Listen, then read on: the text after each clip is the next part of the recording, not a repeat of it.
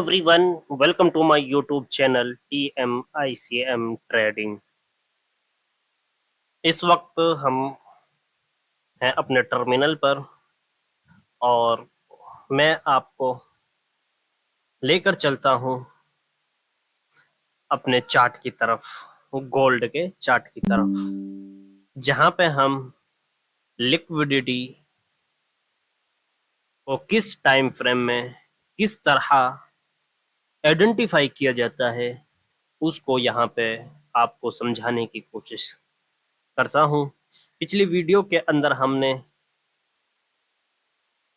Monthly, weekly और daily, 4 hour, 1 hour, in time frames के अंदर लिक्विडिटी को किस तरीके से आइडेंटिफाई करना है, और जब लिक्विडिटी आइडेंटिफाई हो जाती है तो मार्केट जो प्राइस है जिस एसेट का, वो प्राइस उस लिक्विडिटी को कलेक्ट करने के लिए कितने टाइम के बाद आती है, उसको कलेक्ट करने के लिए, स्वैप करने के लिए, ये सब चीजें हमने पिछली वीडियो के अंदर आपको समझाया है जो रिसेंटली अपलोड की है। तो आज की इस वीडियो के अंदर मैं आपको समझाऊंगा कि 15 मिनट और 5 मिनट पर आपको लिक्विडिटी को कैसे आइडेंटिफाई करना है, और फिर जब लिक्विडिटी आइडेंटिफाई हो जाए तो उसके बाद लिक्विडिटी कलेक्ट कितने समय के बाद होगी, यानी प्राइस उस लिक्विडिटी तक उसको कलेक्ट करने के लिए कितने समय के बाद पहुंचेगा। तो चलिएगा उसी को हम यहाँ पे डिस्कस करते हैं। आपको ये गोल्ड का चार्ट दिख रहा है और फिलहाल मैंने 5 मिनट का चार्ट लगा रखा है, और यहाँ पे 5 मिनट पर आपको कुछ इस तरीके से दिखाई दे रहा होगा। तो चलिएगा इसको हम अच्छे से यहाँ पे समझने की कोशिश करते हैं कि लिक्विडिटी को आप किस तरीके से आइडेंटिफाई करेंगे, और जब आइडेंटिफाई हो जाती है लिक्विडिटी तो फिर क्या करना होता है, क्योंकि जो मार्केट होती है वो लिक्विडिटी के ऊपर ही चलती है, और जिस तरफ लिक्विडिटी होती है उस तरफ मार्केट चलती है, क्योंकि उस लिक्विडिटी को कलेक्ट करना होता है, क्योंकि लिक्विडिटी मार्केट के लिए एक फ्यूल की तरह है। अब मार्केट पर आपको लिक्विडिटी किस तरीके से देखनी है, वही रूल है जो हमने पिछले वीडियोस के अंदर आपको बताया था कि लिक्विडिटी 5 पॉइंट्स पर होती है, यानी लिक्विडिटी पूल 5 हमने डिस्कस किए थे आपके सामने। आपको बताया था कि किस तरीके से वो 5 पुल आपको चार्ट पर बनते हुए दिखाई देंगे। तो सबसे पहले उसमें एक तो था कि इक्वल हाइज आपको नजर आ रहे हों, यानी कुछ हाइज जो बन रहे हों वो क्या है, बराबर के हों, या फिर एक हाई स्विंग हाई हो या स्विंग लो हो या इक्वल लोज हो। तो इस तरीके से आपको जहां पे लेवल्स बन रहे हो रैंडम, और क्या कहते हैं उसको, राउंड फिगर नंबर बन रहे हो, वहां पे आपको लिक्विडिटी मिल जाती है। अच्छे से अगर आपको समझना है कि लिक्विडिटी पूल क्या है, कैसे होते हैं, क्या होते हैं, तो वो पिछली वीडियो के अंदर हमने अच्छे से डिस्कस किया है। तो चलिएगा कि अब हमने 5 मिनट का यहाँ पे ये चार्ट लगा रखा है, आपको दिखाई दे रहा होगा। तो इसमें आपको लिक्विडिटी कहाँ पर दिखाई दे रही है, आप खुद एक बार सोचें और देखें कि इस चार्ट के अंदर लिक्विडिटी कहाँ पर है, इस चार्ट के अंदर लिक्विडिटी किस पॉइंट पर है, यानी ये पूरा जो चार्ट आपको दिखाई दे रहा है इसमें लिक्विडिटी किस पॉइंट पर है, खुद सोचे आप एक बार। जब आप ये सोचने लगेंगे तो आपको मार्केट का बिहेवियर और मार्केट की जो चाल है वो समझ में आएगी। तो चलिएगा मैं आपको बताता हूँ लिक्विडिटी किस पॉइंट पर है। तो सबसे पहले आपको हाइज देखना है, ये एक हाइज यहाँ पे लगा हुआ है, क्या लगा हुआ है, यहाँ पे एक हाइज पॉइंट लगा हुआ है, यानी प्राइस ने यहाँ पे हाई पॉइंट लगाया है। आपको ये हाई पॉइंट दिख रहा है, यानी एक हाई प्राइस ने यहाँ पे लगाया है। तो यहाँ पे हाई लगा है, ये मैंने मार्क कर रखा है एक बॉक्स से, तो यहाँ पे क्या है, लिक्विडिटी मौजूद है। अब ये लिक्विडिटी किस साइड है, लिक्विडिटी दो तरफ होती है, एक बाएं तरफ होती है लिक्विडिटी, एक सेल तरफ होती है। बाएं तरफ यहाँ पे लिक्विडिटी मौजूद है, और सेल साइड लिक्विडिटी कहां पर मौजूद है, अगर आप देखेंगे सेल साइड, तो सेल साइड लिक्विडिटी कहां पर है, फिलहाल सेल साइड लिक्विडिटी यहीं पर मौजूद है, इस पॉइंट पर, ठीक। तो ये 2 पॉइंट्स क्या है, समझ में आ गए। ठीक, ये 2 पॉइंट्स आपको समझ में आ गए, यानी आपने इस चार्ट के अंदर लिक्विडिटी को तलाश कर लिया है। ठीक, लिक्विडिटी को क्या कर लिया है, तलाश कर लिया है। अब होता क्या है इसको समझना है। चलो आपने लिक्विडिटी आइडेंटिफाई कर ली, तो अब क्या होता है, लिक्विडिटी को कलेक्ट करने के लिए प्राइस जाता है। और एक पॉइंट ये याद रखें, मार्केट का जो बिहेवियर है, जो डेली का रूटीन है, वो ये है कि मार्केट जब चलती है तो अपने रास्ते में जो लिक्विडिटी आती रहती है, यानी ऐसा नहीं है कि छोटी छोटी लिक्विडिटी रास्ते में नहीं आती। अब इस ट्रेंड के अंदर आप मुझे बताएं, इस ट्रेंड के अंदर आप मुझे बताएं, क्या इस ट्रेंड के अंदर और भी कोई लिक्विडिटी मौजूद है?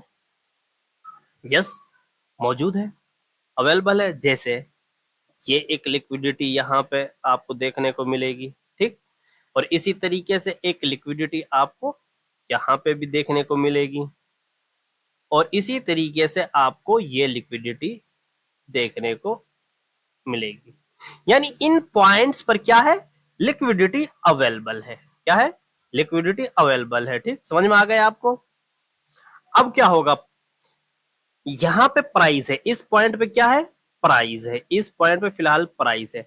अब मार्केट क्या करेगा, जिस तरफ प्राइस के यानी लिक्विडिटी करीब है, प्राइस के जिस तरफ लिक्विडिटी क्या है, नजदीक है, उस तरफ प्राइस जाने का ज्यादा चांस होता है। अब फिलहाल प्राइस यहां है, तो प्राइस यहां से यहां जाएगा और इसको ब्रेक करेगा, ब्रेक करने के बाद फिर नीचे आएगा। अब जब नीचे आएगा तो अब एक लिक्विडिटी यहां पर भी बन गई, क्योंकि यहां पर से बायर लेकर गए हैं, एक लिक्विडिटी फिलहाल अब यहां पे भी क्रिएट हो गई।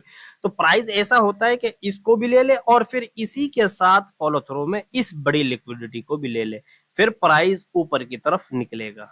फिर इन लिक्विडिटीज को लेते हुए प्राइस मैन जो लिक्विडिटी है इसको लेगा। ये तो क्या है, 5 मिनट के टाइम फ्रेम पे आपको दिखाई दे रहा है कि इस तरीके से प्राइस 5 मिनट पर काम कर रहा होगा। समझ में आया? अब सबसे बड़ी गलती क्या होती है, अब देखो 100% ये भी श्योर नहीं है कि इसी तरीके से प्राइस चलेगा। क्यों नहीं है?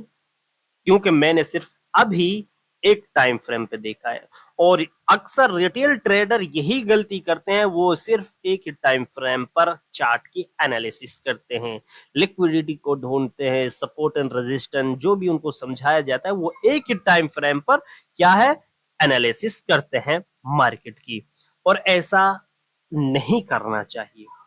हमने एक वीडियो इसी पर अपलोड की है, मल्टीपल टाइम फ्रेम एनालिसिस कितनी इंपॉर्टेंस ये रखता है मार्केट के अंदर, चार्ट एनालिसिस के अंदर। ये एक मैंने वीडियो बनाई है, आप जाकर देखिएगा, बहुत ही जरूरी है। अब मुझे कुछ पता नहीं है क्योंकि चार्ट यहां पर है फिलहाल, अब शायद मार्केट जैसे यहां पे आया तो यहां कहीं इंपॉर्टेंट लिक्विडिटी भी तो अवेलेबल हो सकती है ना, यानी बड़ी लिक्विडिटी। अब लिक्विडिटी लाते कौन है, ये मैंने पिछली वीडियो के अंदर बताया था, मार्केट मेकर्स लाते हैं। क्यों लाते हैं, उनको अपने बड़े ऑर्डर्स फिल करने होते हैं। उनके ऑर्डर्स बड़े फिल कहां होंगे, जहां बड़ी लिक्विडिटी होगी, जहां ज्यादा पेंडिंग ऑर्डर स्टॉप लॉस पड़े होंगे, वहां पे उनके ऑर्डर्स फिल होंगे। छोटी लिक्विडिटी पे उनके ऑर्डर्स इतने फील नहीं होंगे। तो मार्केट क्या करेगा, बड़ी लिक्विडिटी की तरफ ज्यादा चांस होता है जाने का। तो इसलिए हमें चाहिए कि हम मल्टीपल टाइम फ्रेम पर एनालिसिस करें। अब अगर हम देखते हैं कि 15 मिनट पर क्या कुछ चल रहा है, क्या हमें बड़ा स्ट्रक्चर देखने को मिल रहा है, बड़ी लिक्विडिटी हमें 15 मिनट पर देखने को मिल रही है क्या? अब यहां पे जैसे देखते हैं तो सबसे बड़ी बाय साइड तो यही है, यानी लिक्विडिटी बाय साइड यही है। यानी बाय साइड अगर प्राइस नीचे डाउन जाएगा तो प्राइस को ये लिक्विडिटी लेनी होगी। क्या है, लिक्विडिटी, ये लिक्विडिटी लेनी होगी। इन लिक्विडिटी से मार्केट का काम नहीं चलेगा, लिक्विडिटी से यही लिक्विडिटी लेनी होगी। लेकिन अगर हम इसको और बड़े टाइम फ्रेम पर लेकर जाते हैं तो फिर हमें क्या पता चलता है कि अभी मार्केट के लिए सबसे बड़ी लिक्विडिटी कौन सी है? यही है। कौन सी? ये वाली। ठीक, ये वाली लिक्विडिटी मार्केट के लिए बड़ी इंपॉर्टेंट है। ये सबसे बड़ी लिक्विडिटी यहीं पर मौजूद है, क्योंकि हमने मल्टीपल टाइम फ्रेम पर जाकर देख रहे हैं, क्योंकि हमें सेल साइड अभी कोई लिक्विडिटी दिखाई नहीं दे रही दूर दूर तक भी। तो ज्यादा चांस कहां तक के है कि 1 घंटे के अंदर प्राइस का जो मूवमेंट है वो बायर की तरफ जा सकता है। बुलिशनेस हमें उसमें देखने को मिल सकती है प्राइस में फिलहाल। अगर हम देखते हैं और बड़े टाइम फ्रेम के अंदर क्या लिक्विडिटी, हम 4 घंटे पर चले जाते हैं। अब 4 घंटे पर जैसे आते हैं तो हमें थोड़ा सा जो चार्ट का स्ट्रक्चर है वो कुछ दिखाई देता है। क्या है? चार्ट का हमें थोड़ा सा एक स्ट्रक्चर दिखाई देता है। वो स्ट्रक्चर क्या है आप देखिएगा यहाँ पे कि अब जो ये लिक्विडिटी थी, ये मैन लिक्विडिटी थी फिलहाल 4 घंटे पर। मैन लिक्विडिटी ये थी। ठीक, ये मैन लिक्विडिटी थी। ये क्या थी? मैन लिक्विडिटी 4 घंटे पर। ठीक, समझ में आ गया?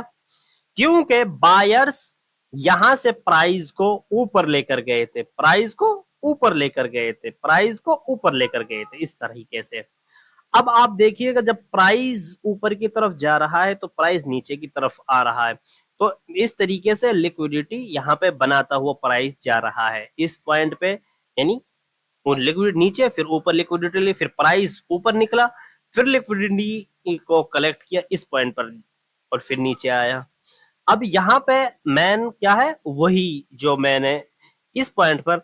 तो अब बड़े टाइम फ्रेम पर बाय साइड लिक्विडिटी इसी पॉइंट्स पर अवेलेबल है। ठीक, अब ये किस पे? 4 घंटे पर। ये 4 घंटे पर हमने आपको बड़ी लिक्विडिटी और man liquid sell side man liquidity ये है। ठीक, ये मैन लिक्विडिटी है। अब एक मिनट, ये आपको स्ट्रक्चर समझ में आ गया, मार्केट का ट्रेंड आपको समझ में आ गया। तो इस तरीके से आपको मल्टीपल टाइम फ्रेम के अंदर जाकर मार्केट के जो चार्ट है उसका स्ट्रक्चर समझ में आता है, ट्रेंड समझ में आता है। अब रास्ते में जो लिक्विडिटी आती रहेगी उसको कलेक्ट करते रहेगा प्राइस। अब आप यहां देख सकते हैं कि किस तरीके से इस लिक्विडिटी को यहाँ पे कलेक्ट किया और कलेक्ट करने के बाद थोड़ा सा ऊपर गया, लेकिन अभी ये लिक्विडिटी प्रॉपर कलेक्ट नहीं, प्राइस नीचे भी आ सकता है। पर अब हालांकि यहाँ पे अक्सर स्टॉप लॉस या फिर जो है वो निकल चुके होंगे जो यहाँ से बाय कर गए, क्योंकि प्राइस ऑलमोस्ट उनके बिल्कुल नीचे आ गया है। तो ये तो खत्म हो चुका है, यानी डाउन है ये लिक्विडिटी। तो इसी के साथ हमारे लिए अब जो लिक्विडिटी बची हुई है ये बची हुई है। तो अब यहां से इसके नजदीक ये है, यानी करीब जो है नजदीक ये लिक्विडिटी है। तो प्राइस क्या करेगा? प्राइस की जो मूवमेंट होगी फिलहाल के लिए आपको मैं जो समझा रहा हूं, प्राइस यहां से क्या करेगा कि प्राइस इस तरीके से जाएगा और जो ये 5 मिनट पर इंपॉर्टेंट लिक्विडिटी थी इसको कलेक्ट करेगा और फिर प्राइस नीचे आता हुआ इस तरीके से और इस तरीके से नीचे आएगा। प्राइस आपको यहां पे इस तरीके से नीचे आता हुआ ज्यादा चांस है। ये हमने क्या किया? बड़े टाइम फ्रेम पे हमें पता चल गया कि मार्केट का और प्राइस का जो ट्रेंड है वो क्या है। ठीक, अब हमें एंट्री तो जाहिर सी बात है कि छोटे टाइम फ्रेम पर ही लेनी है। अब हम इसको 5 मिनट पर ओपन करते हैं तो हमें कुछ इस तरीके से ये स्ट्रक्चर बनता हुआ दिखाई देगा। ठीक, किस तरीके से?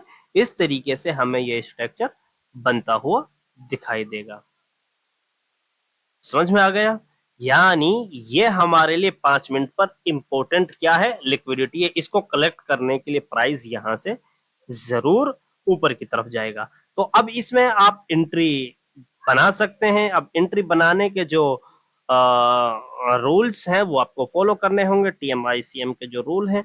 वीडियो आप जाकर जरूर देखिएगा, प्लेलिस्ट आप जरूर एक बार वो वॉच कीजिएगा, आपको बहुत कुछ सीखने को मिलेगा।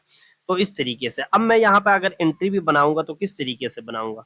मैं इसी पॉइंट पर एंट्री बनाने के लिए अभी यानी इतना एग्रेसिव नहीं हूं, क्योंकि अब आपको 5 मिनट पर जो कैंडल्स दिख रही हैं यहाँ पे देखिएगा कि ये रेड कैंडल्स है, यानी ये ब्लैक जो कैंडल है इसका मुझे ब्रेकआउट चाहिए, तब मैं यहाँ पे एक एंट्री बनाऊंगा। तो अगर मैं एंट्री बनाऊंगा तो इस तरीके से कि यहाँ पे इस तरीके से, और मैं बिल्कुल अपना कहते हैं ना छोटा स्टॉप लॉस लेकर यहाँ पे इसका इस स्विंग हाइक यहाँ का, जहां से एक बड़ा मोमेंटम हमें देखने को मिला है, बड़ी कैंडल हमें, तो यहाँ मैं रखूंगा। पहला फर्स्ट टारगेट तो मेरा यही होगा 1:1 का, और फिर इसके बाद 1:2 का टारगेट हमें ये मिल जाएगा। फिर इस तरीके से ये फाइनल टारगेट होगा हमारा। ठीक, अब मार्केट इसको फील जरूर करेगा। अब देखिएगा हमारी एंट्री यहाँ पे हो चुकी है, ठीक है, हमें एंट्री इस पॉइंट पर मिल चुकी है, इस कैंडल पर। अब देखना यही है कि हमें ये प्राइस कहां तक जाता हुआ दिखाई देता है। तो ये कुछ इस तरीके से आपको एनालिसिस करनी होती है। अगर आपको कुछ सीखने को मिला है, कुछ आपको समझ में आ रहा है कि लिक्विडिटी को आपको किस तरीके से कलेक्ट करना है, किस तरीके से लिक्विडिटी को आइडेंटिफाई करना होता है, और जब लिक्विडिटी आइडेंटिफाई हो जाती है तो फिर आपको टीएमआईसीएम के कॉन्सेप्ट के साथ उसको कनेक्ट करना है, क्योंकि टीएमआईसीएम के 4 फेजेस होते हैं। अटेंशन, अटेंशन के अंदर लिक्विडिटी जमा हो रही होती है, और कंफ्यूजन फेज के अंदर लिक्विडिटी कंफर्म होती है, वहां पे कलेक्ट होती है, स्वाइप होती है, फिर इंटेंट आता है यानी डोमिनेंट, यानी फिर वहां पे बड़े प्लेयर एंट्री करते हैं, उनके ऑर्डर्स फिल, और लिक्विडिटी क्यों आती है मैंने बताया पहले भी, तो इस वजह से वहां पर ऑर्डर फिल होते हैं, तो फिर मार्केट फ्रीली एक डायरेक्शन में चलती है, क्योंकि उसके सामने फिर कोई लिक्विडिटी नहीं होती है। तो प्राइस हमेशा लिक्विडिटी को कलेक्ट करने के लिए जाता है, वो मार्केट मेकर्स ही लिक्विडिटी को लेकर आते हैं। इस तरह की नॉलेज आपको कोई नहीं देगा। मैं चाहता हूं कि आप मार्केट को समझकर और मार्केट को सीख कर उसको एक बिजनेस के तौर पर आप ट्रीट करें, तो आपको बहुत कुछ समझ में जरूर आएगा। Thank you very much. एक बात मैं कहना चाहूंगा, अगर आपको कोई चीज समझ में नहीं आती है तो आप कमेंट जरूर कीजिएगा, आपको रिप्लाई जरूर दिया जाएगा। अगर कुछ सीखने को मिला है तो चैनल को सब्सक्राइब जरूर कीजिएगा। बस यही मैं कहना चाहूंगा। Thank you very much.